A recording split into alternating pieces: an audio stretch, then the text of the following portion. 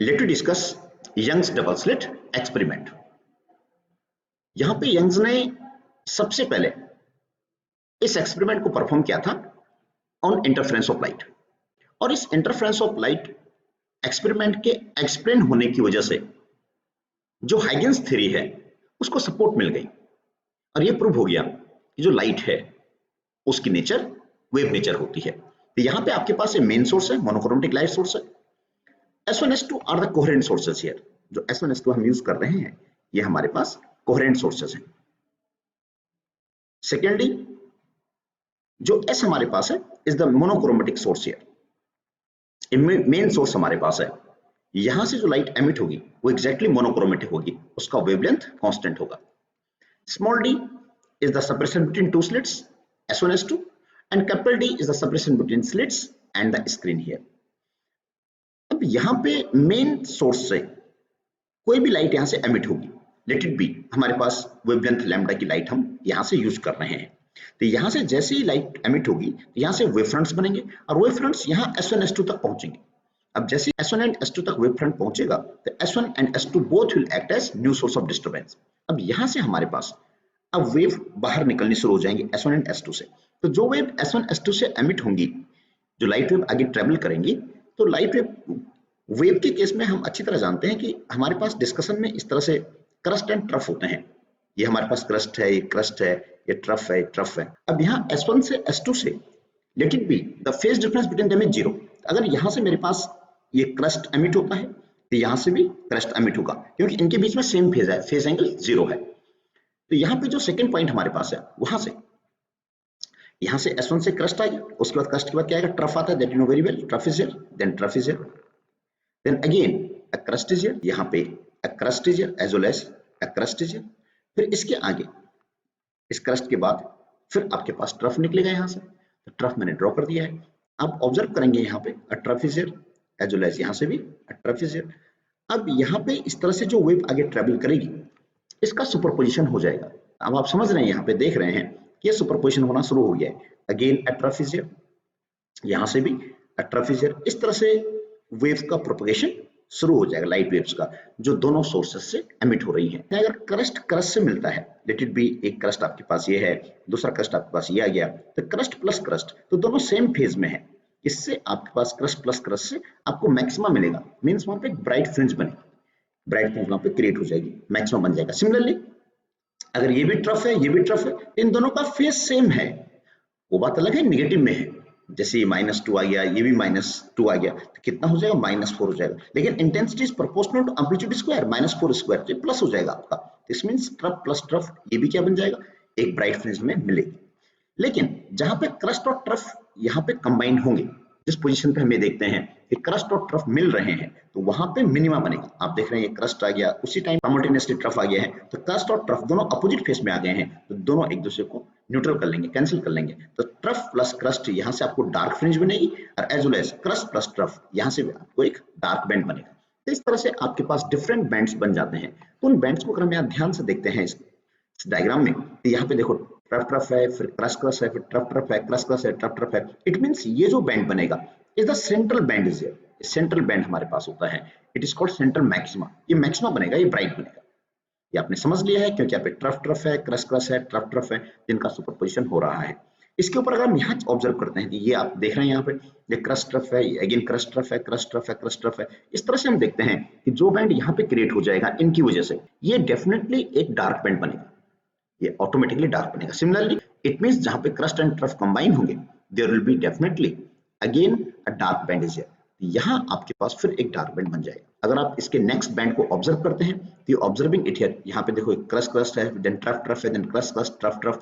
Similarly यहाँ देखते हैं ये क्रस्ट क्रस्ट है, then trough trough, then crest crest, then trough trough, इस तरह से। तो आप ये देखते हैं यहाँ पे कि अगेन आपके पास यहाँ इस लाइन पे आपके पास अगेन एक ब्राइट बैंड यहाँ बन जाएगा, और यहाँ भी अगर हम देखते हैं तो यहाँ भी आपके पास एक ब्राइट बैंड बन जाएगा। तो जो बैंड्स जो बने हुए हैं, यही बैंड्स इंटरफेरेंस पैटर्न को प्रोड्यूस करते हैं। और जो ये बैंड बने हुए हैं, these bands are called as fringes. तो आपने ऑब्जर्व किया, पहले ब्राइट बना, देन यहाँ आपके पास यहाँ पे एक डार्क बैंड बनेगा, फिर यहाँ ब्राइट बैंड बनेगा, यहाँ डार्क बनेगा, यहाँ क्या बनेगा, ब्राइट बनेगा। तो जो बैंड्स बने हुए हैं इन्हीं को हम क्या कहते हैं, फ्रिंजेस बोलते हैं। तो what is a fringe? Fringes are the dark and bright bands formed on screen due to interference of light waves. और जो पैटर्न आपको मिलता है that pattern is called as interference pattern. Now here interference pattern we observing it here. जो maxima हमारे बने हैं, ये मैक्सिमा आप जानते हैं, इनके लिए मैक्सिमा की कंडीशन हमें पता है कि path difference is equal to n lambda. तो n इज इक्वल टू 0 1 2 3। तो 0 जहां पर होता है वो सेंट्रल मैक्सिमा होता है, और बाकी जो आपके पास हायर ऑर्डर मैक्सिमा है वो कहां पे आएंगे? लैम्डा, 2 लैम्डा, 3 लैम्डा, 4 लैम्डा, ये आपको मैक्सिमा मिलेगा यहाँ पे। और जहां पे हमारे पास पाथ डिफरेंस लैम्डा बाई 2 का मल्टीपल होता है 2n minus 1 into lambda by 2, यहाँ पर हमें मिनिमम मिलता है 1 2 3 4, यहाँ पर हमें मिनिमम मिलेगा। इस तरह से पैटर्न हमने ड्रॉ कर दिया है। इस पैटर्न की जो सबसे बड़ी कैरेक्टरिस्टिक है वो ये है कि जितने मैक्सिमा हैं, चाहे वो सेंट्रल मैक्सिमा चाहे हायर ऑर्डर मैक्सिमा हो, सबकी इंटेंसिटी इक्वल होती है। Let us drive expression for fringe width young double slit experiment. तो यहाँ पे I am considering the S as the main monochromatic source of light. S1, S2 are the two coherent sources. The separation between these two sources is small d, and a screen is held here, and separation between the slits and screen is capital D. Now the waves from individual source will start and produce interference pattern on the screen here. That is the central maximum, and let it be, हम इस point P पे discuss करना चाहते हैं। ये जो point P है, कोई एक पॉइंट है जहां पर कोई पैटर्न बना हुआ है। लेट इट बी, हम इस पॉइंट पे पढ़ना चाहते हैं। तो यहाँ पर हम अच्छी तरह देख रहे हैं कि यहाँ पे एक फ्रिंज बनी हुई है। वो कैसी फ्रिंज है? डार्क फ्रिंज यहाँ पे बनी हुई है। हमें इसको स्टडी करना है। इस डार्क फ्रिंज की जो पोजीशन है from the central maxima, let it be x here. अपने बेनिफिट के लिए इसको हमने x लिख दिया है। इसका मतलब क्या हुआ कि जो वेव्स दोनों सोर्स से होंगी, इस सोर्स से भी वेव्स यहाँ तक पहुंच रही हैं और एज वेल एज इस सोर्स से भी वेव्स यहाँ पहुंच रही हैं। तो इस डायग्राम को अब हम रिप्रेजेंट करेंगे। Now the waves from this S1 will start and reach the point P here. तो यहाँ से जो वेव चलेगी वो यहाँ पॉइंट P तक आ जाएगी। एक्चुअली एक वेव है, लेकिन हमने इसको सिंपली एक लाइन से रिप्रेजेंट कर दिया है। S2 से जो वेव्स आएगी वो P तक पहुंच जाएगी, क्योंकि आप अच्छी तरह देख रहे हैं कि P पर कोई फ्रिंज बनी हुई है। इट मे बी डार्क और ब्राइट फ्रिंज। यहाँ पे सेकंड पॉइंट अगर हम चेक करें तो इन दोनों के बीच में एक पाथ डिफरेंस आ जाता है। आप अच्छी तरह सामने देख रहे हैं कि जो S2P की लेंथ है वो ज्यादा है और S1P की लेंथ कम है। तो इनके बीच में एक पाथ डिफरेंस आ जाएगा। तो पाथ डिफरेंस कितना आएगा उसको फाइंड आउट करने के लिए हमने यहाँ से एक परपेंडिकुलर ड्रॉ कर दिया है। एक इंपॉर्टेंट पॉइंट यहाँ पर हमने दिमाग में रखना है, ध्यान में रखना है। वो इंपॉर्टेंट पॉइंट ये है कि जब हम इस एक्सप्रेशन की बात करते हैं, इस टॉपिक की बात करते हैं, इस टॉपिक में हमारे पास जो स्मॉल डी होता है ये वैल्यू बहुत कम होती है। इट मींस ये value approximately 0.2 mm। Small D हम लेते हैं बहुत कम वैल्यू लेते हैं, और कैपिटल डी की वैल्यू सफिशिएंट होती है as compare to small. Capital D is here 3 metre. Capital D बहुत ज्यादा होने की वजह से, स्मॉल डी बहुत कम होने की वजह से यहाँ पे जो एंगल्स बनते हैं वो एंगल्स वेरी स्मॉल एंगल्स बनते हैं। दोनों एंगल्स को रिप्रेजेंट मैं यहाँ से कर रहा हूँ। अगर मैं यहाँ पे ऑब्जर्व कर रहा था पॉइंट P पे, हम ये ऑब्जर्व कर रहे हैं यहाँ पे कि जो एंगल बन गया है वो एंगल आपके सामने थीटा, यहाँ पर आप देख सकते हैं, लेट दिस एंगल थीटा। जो वेव्स इस ए पॉइंट से मैंने ऑब्जर्व किया है और जहां पे दोनों वेव्स इंटरफेयर हो रही हैं पॉइंट P पर हम स्टडी करना चाहते हैं, तो ये जो एंगल बना हुआ है, जो एंगुलर पोजीशन है P की थीटा, वो बहुत ही स्मॉल होगा। एज वेल एज अगर थीटा हो गया तो वेरी स्मॉल होने की वजह से this angle also become equal to theta. तो यहाँ पर जो पाथ डिफरेंस रहेगा इस पॉइंट P पे दोनों सोर्स की वजह से वो रहेगा S2n। यही पाथ डिफरेंस हमें चेक करना है, इसी पाथ डिफरेंस को हमने कैलकुलेट करना है। Let us start. जो आपको सॉल्व करना है तो पाथ डिफरेंस कितना हो जाएगा?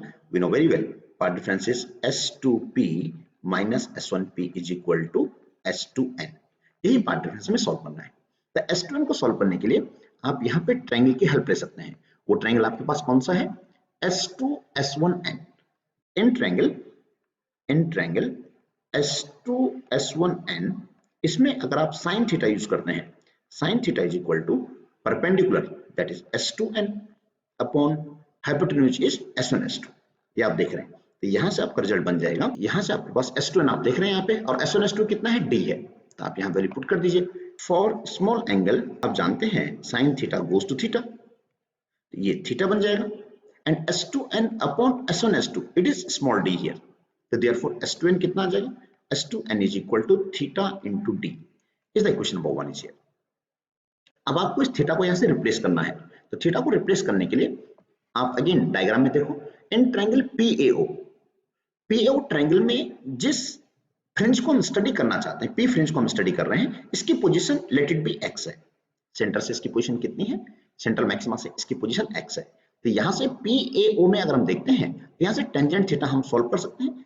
PAO ट्रायंगल में अगर हम देखें, ट्रायंगल PAO, तो आप देख रहे हैं यहाँ पे tan theta is equal to perpendicular upon base. Perpendicular कितना है, OP है, बेस कितना है, AO है। तो ये वैल्यूज हम यहाँ यूज कर लेंगे। तो यहाँ पर अगर हम आगे लिखें, in triangle PAO tangent theta is equal to perpendicular is OP upon base is AO। ये आप देख सकते हैं यहाँ से tan theta is equal to perpendicular is OP, base is AO। OP कितना आपके पास x है, AO कितना है, D है, कैपिटल D है। ये वैल्यू हम यहाँ पुट कर लेंगे। It become here x upon capital D। For small angle again you know very well, small angle की अगर बात आती है तो हम अच्छी तरह जानते हैं tangent theta can be replaced by theta. In this way ये एक्सप्रेशन आपका बन जाएगा theta is equal to x by capital D। Is the equation number 2। अब हम इक्वेशन नंबर 2 से थीटा की वैल्यू 1 में पुट कर लेते हैं। आपका एक्सप्रेशन कितना बन जाएगा, ये आप देख सकते हैं यहाँ से S2n is equal to theta D।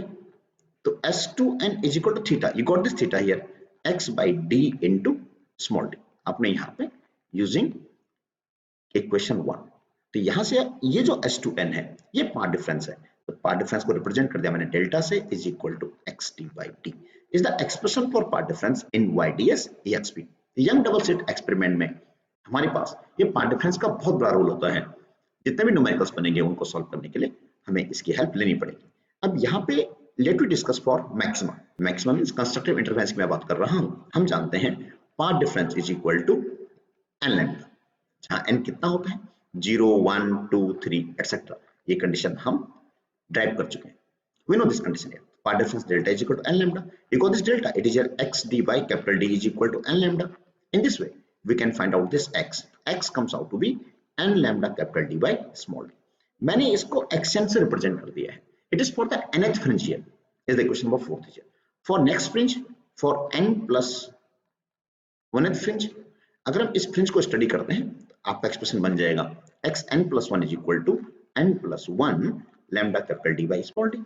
Is the equation number 50 here. The fringe width is defined as the separation between two consecutive maxima or two consecutive minima. It become here xn plus 1 minus xn. इसमें हम value put करके solve कर लेंगे। Fringe width हमारा expression आ जाएगा lambda d by d is outside and you getting it here n plus 1 minus n. इसको solve करेंगे तो fringe width comes out to be lambda d by d. It is the expression for fringe width. Let us discuss the fringe width for minimum. Minima की condition होती है path difference is equal to 2n minus 1 lambda by 2 where n is from 1 2 3 etc. Path difference is equal to 2n minus 1 lambda by 2. Path difference we all know very well, capital D. ये path difference में drive किया था 2n minus 1 lambda by 2. तो यहाँ से x calculate हो जाएगा, x become here 2n minus 1 lambda capital D by 2. अब ये nth हमने यूज कर लिया है। Let it be question number 7 is here. The next fringe के लिए क्या हो जाएगा, n plus 1th fringe को अगर हम स्टडी करते हैं, it become here xn plus 1. It become here twice of n plus 1 minus 1 into lambda d by 2. और अगर हम इसको माइनस कर दें, fringe width that you know very well is equal to xn plus 1 minus xn. Fringe width is actually the separation between two consecutive maxima or two consecutive minima. इस value को अगर हम सॉल्व करते हैं, it again comes out to be lambda d by d. In this way, fringe width for the bright fringe as well as for dark fringe remains constant. तो यहाँ पे आप चाहे डार्क फ्रिंज को सॉल्व कर दीजिए या ब्राइट फ्रिंज को सॉल्व कर दीजिए, उसके लिए जो फ्रिंज विड्थ रहेगा वो कांस्टेंट ही रहेगा।